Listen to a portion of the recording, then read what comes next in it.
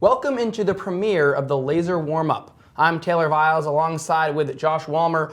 We're here today to preview the women's lacrosse game here on Wednesday. The LaSalle University Lasers are taking on the Emmanuel College Saints here at Grelier Field, Josh. Coming in this game, LaSalle is coming out 1-0 with a commanding 23-6 victory over the Norwich Cadets. In that game, Jordan McComb had 10 goals, 7 assists for 17 points, a new school record. That performance won her GNAC Player of the Week. Yeah, what a performance by McComb. She was all over Grelier Field the other day, but all across the lineup. There were combinations right and left. McComb not only had her 10 goals, but she chipped in with something along the lines of 6 or 7 assists. She just continues to dominate the GNAC, and we're looking for another career year from her this year. The baseball team is coming off a shortened 2020 season that was full of potential. I remember talking to many of the athletes on the team last year, and the excitement was palpable.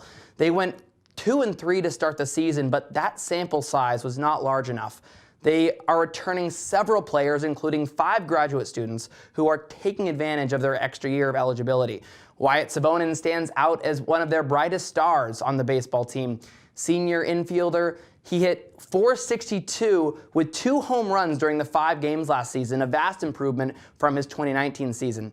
In fact, Savonan had about half the hits from his previous season, but in just a quarter of the games, meaning he was on track to record double the hits if the season had been full. Yeah, you can't talk about the LaSalle College Lasers without bringing up Amanda Ortiz. That 22.7 points per game this season is up from 16.8 last year in her junior year. This is just her second year playing for the Lasers, as she was a transfer last season, but all of her stats are up, and she just keeps getting better as the season progresses. It's so much fun to watch her, and we'll see how much better she can get by senior night at the end of the season. Now it's time for the 3 stars of the week. The 3rd star of the week this week is Amanda Ortiz, who put in an outstanding performance in the women's basketball team's final game of the season and the final game of her college career. The Laser recorded a double-double in trying to propel her team into a playoff spot. She finished the year averaging 20.2 points per game. The number 2 star this week is Kevin Nunez, whose 25-point outburst against Johnson & Wales propelled the team to victory. The junior finished this season scoring 15.9 points per game. You can expect a big performance from him in LaSalle's first playoff game. And the number 1 star of the week is Jesus Garcia, who is also the GNAC's Rookie of the Week for the 2nd time this season, due to his performances against Elm and Regis. The first-year setter from Honolulu is ranked 4th in the GNAC in assists per set with 8.77 and is 2nd with 491 total sets. Yeah, well, if you look at these stats right here, it looks very lopsided, but in reality, LaSalle has been playing a lot better as of late. Their last 3 games have been much closer, with beginning out with MIT, and then they lost in overtime, and then just lost, as you said, a heartbreaking loss, 82-77, just a couple days ago. But these teams, different places in the standings, but LaSalle is on the rise. LaSalle retains possession. Kessner. And McComb. McComb middle, shot wide. LaSalle's just finding those gaps in the middle, and they're getting some great chances here. That's how they got their 2 goals from passes, plays that started behind the net. One was a pass from behind the net, the other one McComb all the way around to the top of the crease and to dump it back in the middle. Chapter lane over to Brady. Brady stutters, spins middle. Brady met by a triad of Wildcats. And a turnover by LaSalle in the offensive zone. And McCrowley will slow things down and heaves the ball out. It'll go out of bounds. And another turnover. And LaSalle's just pouring the pressure on the Wildcats right here. Shagru to Brady. It's a 20-21 pass. And now Chapdelaine. Did I not want to be here for that? Teresa Kessner behind the net. That's her post in there, as you'll see her most times in a game. Kessner looks inside. Sorry about that wind. blustery day here at Grelier Field. McComb met by a Wildcat. McComb steps in, goes inside, Jordan McComb, and that's going to be, I believe, a shooting space foul, and McComb will get a free possession shot right in front of us there. Jordan McComb works inside, shot, scores! Jordan McComb with her 15th goal of the season. Now that was great hustle there, draw the penalty, get the free shot there, and that's who LaSalle wants, taking all their free shots. Like you said, 15 goals on the season now in just 3 games. League leading. Absolutely incredible stuff there. And you can just see Johnson and Wills having a huddle here after that one, knowing that they're going to have to get some momentum back because LaSalle has been owning them for the past 5-6 minutes now. Now this team, so much seniority here, grad students and seniors, and some very talented juniors, and then a great freshman class as well with likes of Teresa Kessner in. She's got the start on opening day. Kate Bedell as well. This team has a great future ahead of it and is looking for their 2nd win of the season. Jay Wu wins the draw. Borkowski will score. She took it all the way in from the draw and keeps this game close, 3-2. LaSalle now 20:15 to go in this first half. And the Wildcats really needed that one, Taylor. They were in danger of letting this game completely slip away because if LaSalle got a 4th one, he had the feeling that they were just going to keep pouring it on. And it'll be interesting to see how Johnson and Wills finds their offense with Lydecker on the bench after those 2 yellow cards. The thing about lacrosse, though, is that their goals can be scored in spurts, and you see many times. I mean, the first goal of the first game of the season for LaSalle, 23 goals in that one. Next one, 21 and 10 goals respectively for each side. So even if a team has a lead, it can be taken away quick with some good teamwork. Sydney Brady will take the ground ball, works through 2, gets chopped down, and I believe it's going to stay LaSalle ball, yes, as they said, too much body contact on that one. Brady stops just before the 12-meter, out to McComb. McComb looking middle, looking for a cut. Takes it right, McComb behind the net.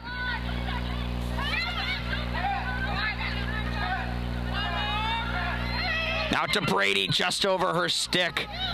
And the ground ball picked up somehow by the reach of Bedell. I'm not really sure what happened there, as it looks like there was some confusion on the Wildcats side. Look forward to Chagru. She was stifled by the Wildcats. And it will be a turnover. Shot clock resets. And Jaywu back the other direction.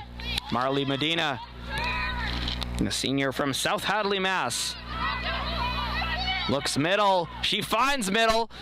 Shot and a save by Morgan Choquette as Zoe Savage. What a fantastic save there, Taylor. Keep this one 3-2.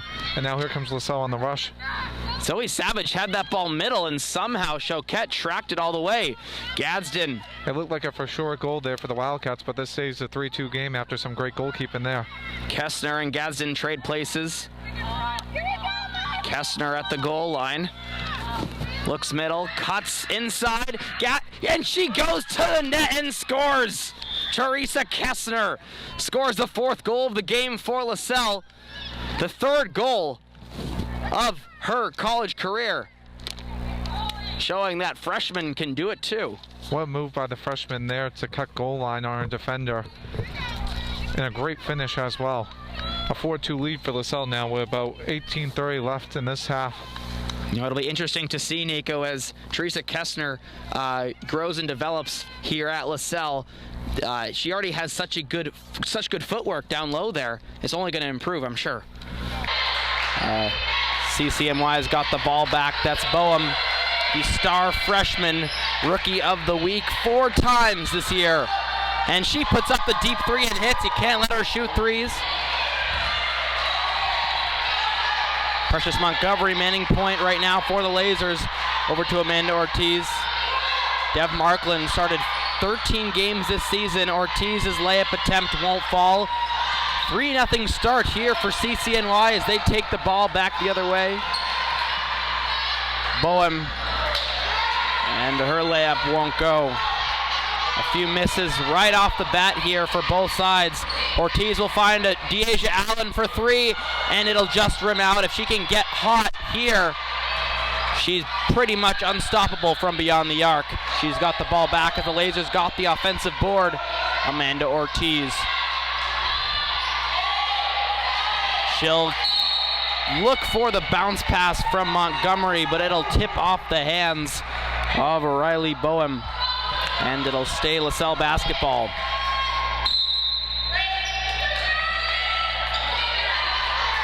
Ortiz with the short two, and it'll just rim out.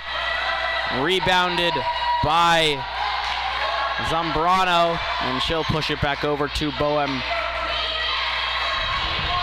Riley Boehm, 5'7". In fact, this entire team is pretty short themselves. Your tallest one is a 6'2" Harleen Williams. She won't be playing today, it looks like. But Torres with the ball, looking to post up, and her shot will rim out. Montgomery over to Allen, back to Montgomery, and a travel will be called on Precious Montgomery.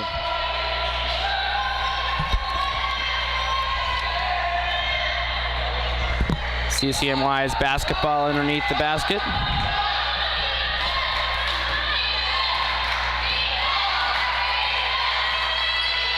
Riley Boehm over to Fumasoli. She'll pull up from a short two and hit. Ortiz on the near side of your screen. Montgomery to Young around the horn. Back to Montgomery we go, and she'll take it all the way, but it'll just rim out, and it'll be CCNY as Montgomery pushed that out of bounds.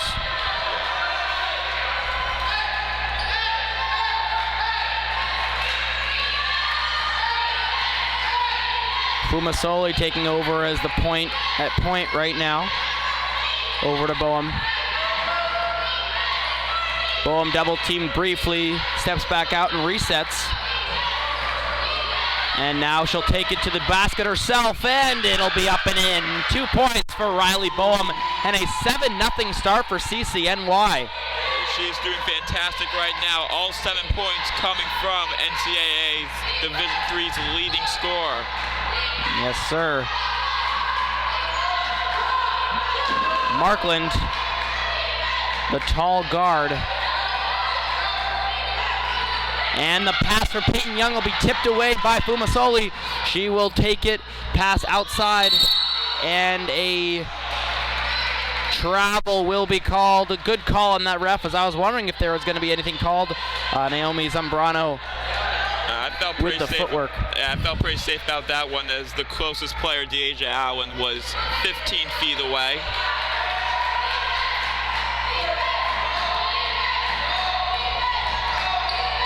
Montgomery to Ortiz. She'll find a lane and bring it all the way. The shot doesn't fall, but she'll be at the line for 2 points. All right, Matt, it's 7-0.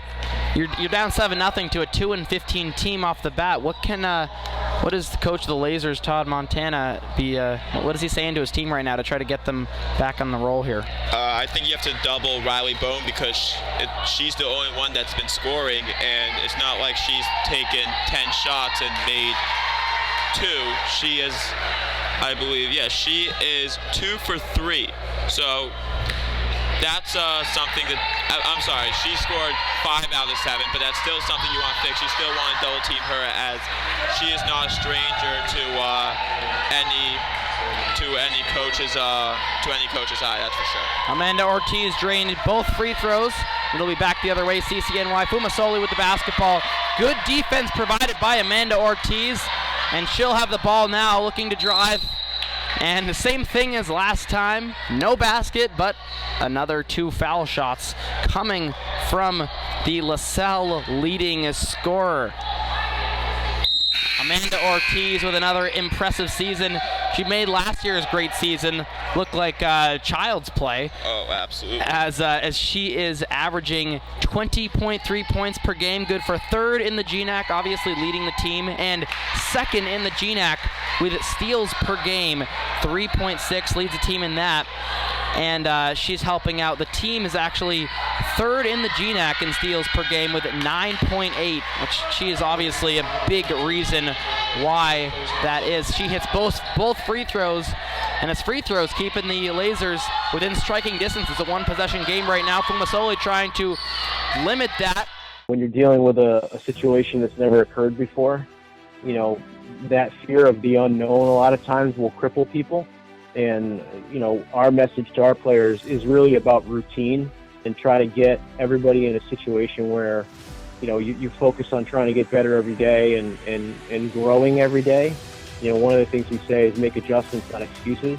To make adjustments and not excuses is something that not only Albertus Magnus's baseball coach Brian Layton has preached to his team, but is also a saying that every single person has had to learn and integrate into their quarantine life during the past few months.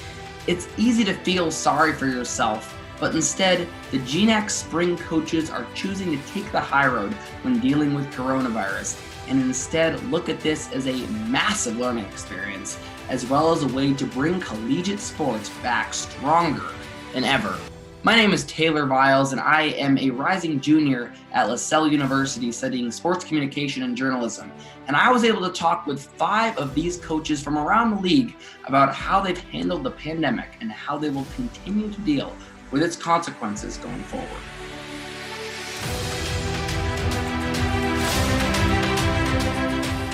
The season was canceled. That's just the way it is. There's nothing we can do about it. So we just had to try to focus on the positives. I felt bad for the 4 seniors that had their last season cut short. But for everybody else, it was really about what's next. What was next? No one knew. What we've learned since is that the entirety of the sports world has halted. The question then became, how do we continue to keep positive and get ready for whatever does come next for collegiate sports? Sports in general, a lot of times it's top down. If there is a professional league, like for baseball with the Major League Draft, there's going to be 5 rounds. So a lot of those players that were planning on getting drafted at Division I level are now staying. And now those players are staying, which is then those recruited student athletes that were going to fill those holes, a lot of times are going to other schools. And it's really kind of creating this domino cascading effect in terms of baseball where, you know, a lot of players are coming back. You know, a lot of players are looking at it as an opportunity going, you know what, the spring season was canceled. Perhaps I was a resident student, a couple of our students were residents, or they're getting a refund on their housing and their room and board, and they're just putting that towards their master's degree. So they're trying to use it as a way to be positive. But the overall level of competition is going to be the best it's ever been in my eyes. The competition will exist not only between schools, but also within teams. Many coaches knew that depending on which seniors opted to stay, there could be a backup at a particular position. That could intensify the level of competition. LaSalle University head baseball coach Bill O'Berty discusses how this issue has arisen in his program.